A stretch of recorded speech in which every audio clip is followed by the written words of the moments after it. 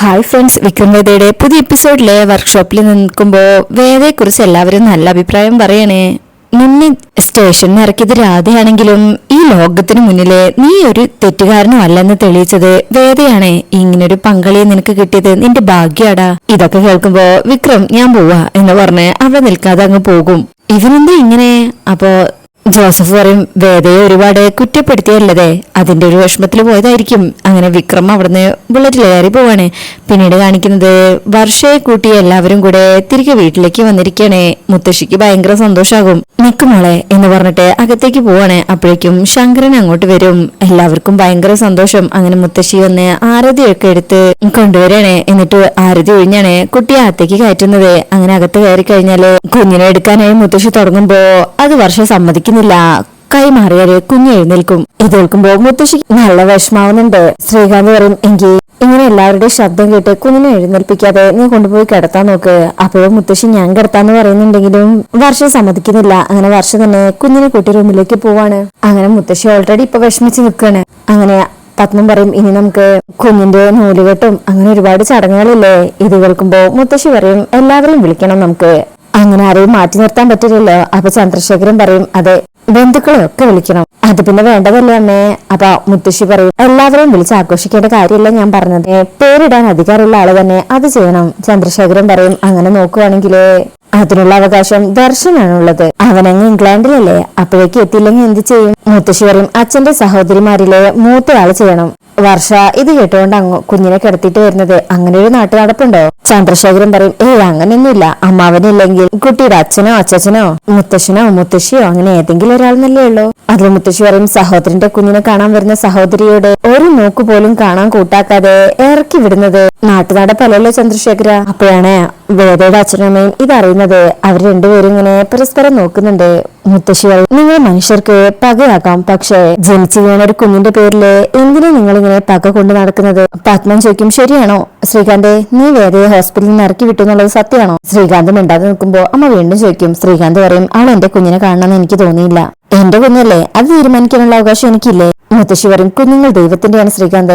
ചെറുക് വെച്ച് പറക്കുന്നത് വരെ മാത്രമേ അതിനുള്ള അവകാശം അച്ഛനും അമ്മയ്ക്കും മറ്റു ബന്ധുക്കൾക്കും നൽകിയിട്ടുള്ളൂ. അതും സന്തോഷപ്രകാരമല്ല, ആ കുഞ്ഞിന്റെ ആഗ്രഹപ്രകാരം വളർത്തണം. നാളെ നിന്റെ കുഞ്ഞിനെ അവരുടെ സഹായം വേണ്ടി വരില്ലെന്ന് നിനക്ക് ഉറപ്പിച്ച് പറയാൻ പറ്റുമോ? ശങ്കര, ചെയ്തത് തെറ്റായിപ്പോയി, അതിനുള്ള പ്രായശ്ചിത്തം എന്തായാലും ചെയ്യണം. ശ്രീകാന്തിക്കും, ഞാൻ എന്ത് പ്രായശ്ചിത്തം ചെയ്യണമെന്നാ മുത്തശ്ശി പറയുന്നത്? അവളുടെ മാപ്പ് പറയണോ? മുത്തശ്ശി പറയും, അവളെയും വിക്രമനെയും കുഞ്ഞിനെ കണ്ടു വന്ന് അനുഗ്രഹിച്ചു പോവാം. ഈ വീട്ടിലേക്ക് നീ ക്ഷണിക്കണം. ശ്രീകാന്ത് അപ്പത്തന്നെ മുഖം തിരിക്കും. വർഷ പറയും, അത്. മുത്തശ്ശി പറയും, വർഷം മിണ്ടരുത്. ഊട്ടി വെച്ച് കൊണ്ടു നടക്കാൻ ഇവിടെ ശ്രീകാന്തിന് ഉണ്ടായതൊരു പാവക്കുട്ടിയൊന്നുമല്ല. ആ കുഞ്ഞിന് അച്ഛനും അമ്മയും മാത്രം പോരാ, അച്ഛനും അച്ഛമ്മയും മുത്തശ്ശിയും ആന്റിമാരും എല്ലാവരും വേണം. എല്ലാത്തരം സ്നേഹവും കിട്ടി വേണം ആ കുഞ്ഞ് വളരാൻ. എന്നാലേ പ്രായമാകുമ്പോ മറ്റുള്ളവരെ സ്നേഹിക്കേണ്ട ആവശ്യം അതിന് മനസ്സിലായോ?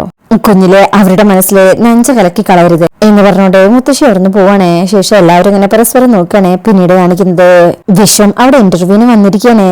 അങ്ങേര് സർട്ടിഫിക്കറ്റ് ഒക്കെ പരിശോധിച്ചിട്ട് പറയും, നിങ്ങളുടെ ക്വാളിഫിക്കേഷനെ കുറിച്ചൊക്കെ വിനായകൻ പറഞ്ഞിരുന്നു. ഒരു സ്ഥലത്ത് സ്ഥിരമായിട്ട് നിൽക്കില്ല അല്ലേ? വിനായകൻ പറഞ്ഞപ്പോഴേ ഞങ്ങൾ ബാക്ക്ഗ്രൗണ്ട് ചെക്കപ്പ് നടത്തിയിരുന്നു. വിശ്വം പറയും, അത് പിന്നെ ഞാൻ പല സ്ഥലത്തും അങ്ങ് സെറ്റായില്ല.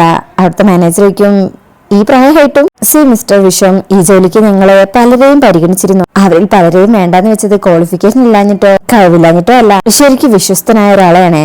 കാരണം ഈ ജോലിക്ക് കൈകാര്യം ചെയ്യേണ്ടത് പണോ. റിസർവ് ബാങ്കിന്റെ ലൈസൻസോടുകൂടി ഈ ഭാഗത്തുള്ള ATM-ലെ പൈസ നിക്ഷേപിക്കേണ്ട അവകാശം ഈ ജോലിയിൽ ഈ പോസ്റ്റിലിരിക്കുന്ന ആൾക്കായിരിക്കും. ദിവസവും ലക്ഷക്കണക്കിന് രൂപ ഹാൻഡിൽ ചെയ്യേണ്ടി വരും. ബാങ്കിൽ പോയി പണം എടുക്കുക, അടയ്ക്കുകയൊക്കെ ചെയ്യേണ്ടി വരും.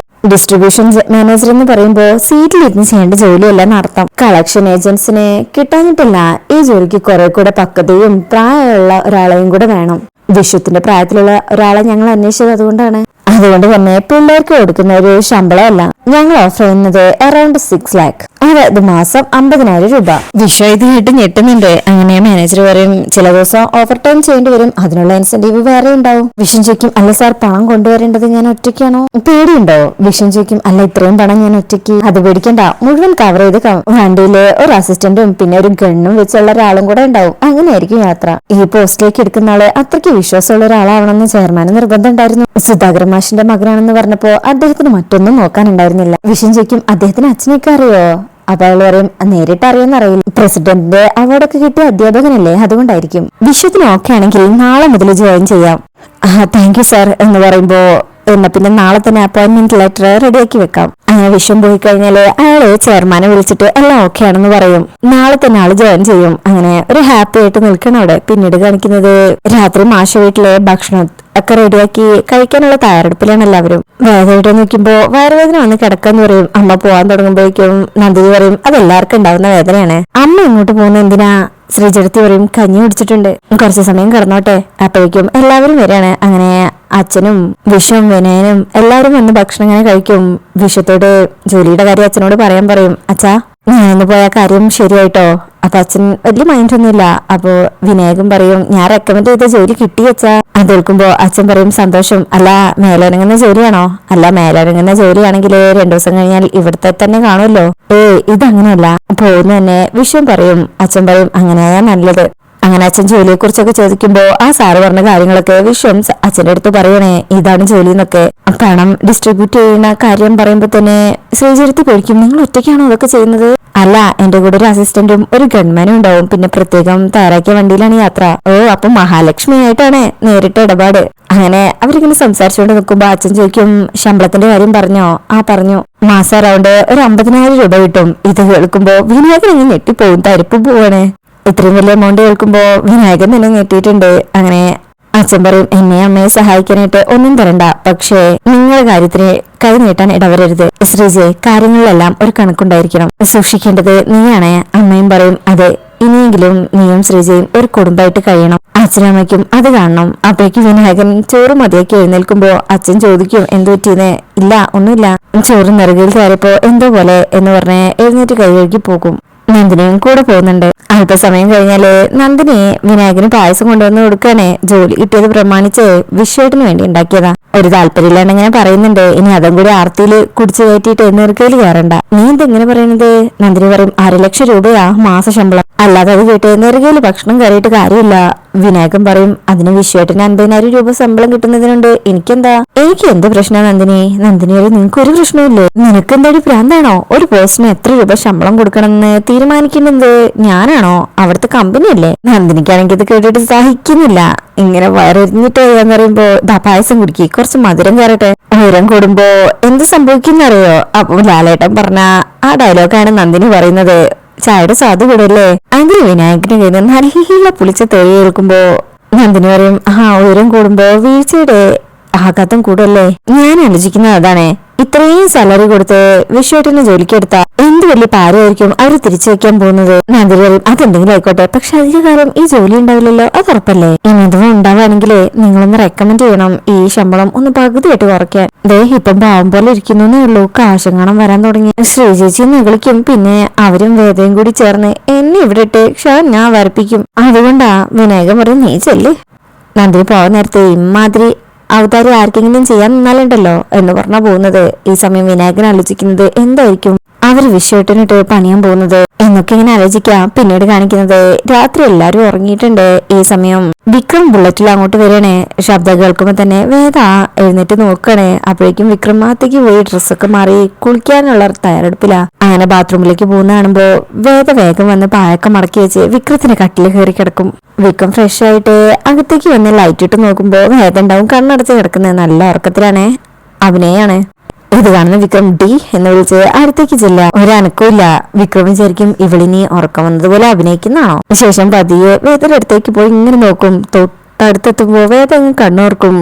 വേദ അയ്യോ എന്നറിഞ്ഞ് എഴുന്നേൽക്കുമ്പോ വിക്രം ഞെട്ടി തെറിച്ചു പോവും. അതില് വേദ എഴുന്നേറ്റ് വന്നേ നിങ്ങൾ എന്താ കാണിച്ചത്? വിക്രം പറഞ്ഞു ഞാനൊന്നും കാണിച്ചില്ല. വേദ ഞാനിപ്പോ ഉണർന്നില്ലായിരുന്നെങ്കിൽ നിങ്ങൾ എന്നെ. വിക്രം പറയും അയ്യേ ഞാൻ ആ ടൈപ്പൊന്നും ഇല്ല. നിങ്ങൾ ഏത് ടൈപ്പായാലും കയ്യിലിരിപ്പ് ശരിയല്ല, അതെനിക്ക് ഇന്നത്തോടെ മനസ്സിലായി. വിക്രം പറയുന്നത് ഒരുമാതിരി വസ്ത്രം പറയല്ലേ.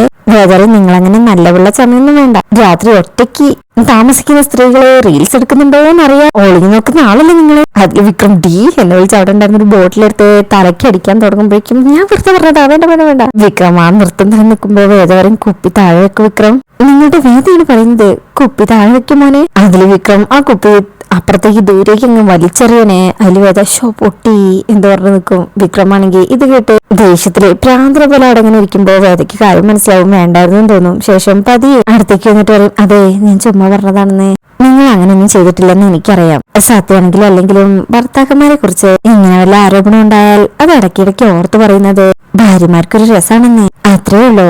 വിക്രം ചോദിക്കും, ഭാര്യയോ എന്റെയോ? വേദ പറയും, ദാ വീണ്ടും തുടങ്ങി. അപ്പൊ വിക്രം പറയും, ഞാനത് മനസ്സുകൊണ്ട് അംഗീകരിച്ചിട്ടില്ല. അപ്പൊ വേദ വിക്രത്തിന് അടുത്തിരുന്നിട്ട് പറയും, ഞാൻ പക്ഷേ മനസ്സിൽ പ്രതിഷ്ഠിച്ചു കഴിഞ്ഞു. ഇനി ഇതുപോലെ ധാര, കലശം, അഭിഷേകം, ആറാട്ട് അങ്ങനെയുള്ളതെല്ലാം പ്രതീക്ഷിക്കാം. വിക്രം പറയും, എന്നിട്ട് താഴെ മാറി കിടക്കടി. വേദയ്ക്കും എന്തിന്? വിക്രം പറയും, എന്തിനാണെന്നോ? ഇത് എന്റെ വീട്ടിലല്ലേ? അപ്പൊ വേദ പറയും, നമ്മുടെ വീട്ടിലാണെന്നാണല്ലോ അച്ഛമ്മ പറഞ്ഞത്. വിക്രം പറയും, എഴുന്നേറ്റ് പോകുന്നുണ്ടോ അതൊന്നും വിളിച്ച് താഴെ ഇടണോ? സത്യത്തിൽ ഈ കട്ടില് ചെറുതല്ലേന്ന് നീ അച്ഛമ്മയോട് ചോദിച്ചതാ. അപ്പൊ അച്ഛമ്മ പറഞ്ഞത് എന്താണെന്ന് അറിയോ? ഓർമ്മയുണ്ടെങ്കിലേ ഒലക്ക് മേലും കിടക്കാന്ന്. അപ്പൊ വിക്രം പറയും, എനിക്ക് ആ ഓർമ്മയില്ല. വേദ അയ്യടാ ഓർമ്മയുണ്ടെന്ന് പറഞ്ഞു വന്നേച്ചാലും മതി, ഈ കണ്ണ് ഞാൻ കുത്തി പൊട്ടിക്കും എന്ന് പറഞ്ഞ് വിരൽ ചെല്ലുമ്പോ വിക്രം അങ്ങ് ഞെട്ടിപ്പോകും. ഇത് എന്ത് സ്വഭാവം എന്ന് വിചാരിച്ചിങ്ങനെ നോക്കി നിൽക്കുന്നത് കാണിച്ചിട്ടാ ഈ ഭാഗം കഴിയുന്നത്. നെക്സ്റ്റ് പ്രമോലുള്ളത് വിക്രം കട്ടിലും വേദ താഴെയും കിടക്കാൻ പോവാണ്. വേദ പറയും, പെൺവിഷയത്തില് നിങ്ങളൊരു പരാജയമാണ്, അതാണ് സാധ്യത. വിക്രം എന്നിട്ട് പറയും, നീ എപ്പോ റൂട്ട് മാറ്റി കളിക്കാൻ നോക്കാണല്ലേ? വേദ പറയും, എടാ വെട്ടുപോത്തെ, താനൊരു നിഷ്കളങ്കനായ ഗുണ്ടയാ, ഒരു പാവ ക്രൂര. അതിനുശേഷം പിന്നീട് കാണിക്കുന്നത് ശങ്കരൻ നായരാണ്. എന്റെ വയ്യായിക വരാണേ. അമ്മ കരയുന്ന ശബ്ദം കേട്ട് എല്ലാവരും ഓടി വരും. അച്ഛനാണെങ്കിൽ ബോധമില്ലാതെ കിടക്കണേ, വിളിച്ചിട്ട് എഴുന്നേൽക്കുന്നില്ല. അപ്പൊ തന്നെ ദീപ്തി ഫോൺ എടുത്ത് വേദയെ വിളിക്കണേ. വേദയ്ക്ക് ഇത് വിശ്വസിക്കാനാവുന്നില്ല, ഇതിനൊരു തട്ടിപ്പായിരിക്കോ എന്നൊക്കെ ഇങ്ങനെ ആലോചിച്ച് നിൽക്കുന്നതാണ് ഈ പ്രമോലുള്ളത്. അപ്പോൾ ഡീറ്റെയിലിംഗ് റിവ്യൂ ആയിട്ട് നമുക്ക് നാളെ കാണാം. റിവ്യൂ ഇഷ്ടപ്പെട്ടിട്ടുണ്ടെങ്കിൽ എല്ലാവരും കമന്റ് ചെയ്യുക, ലൈക്ക് ചെയ്യുക, സബ്സ്ക്രൈബ് ചെയ്യുക. താങ്ക്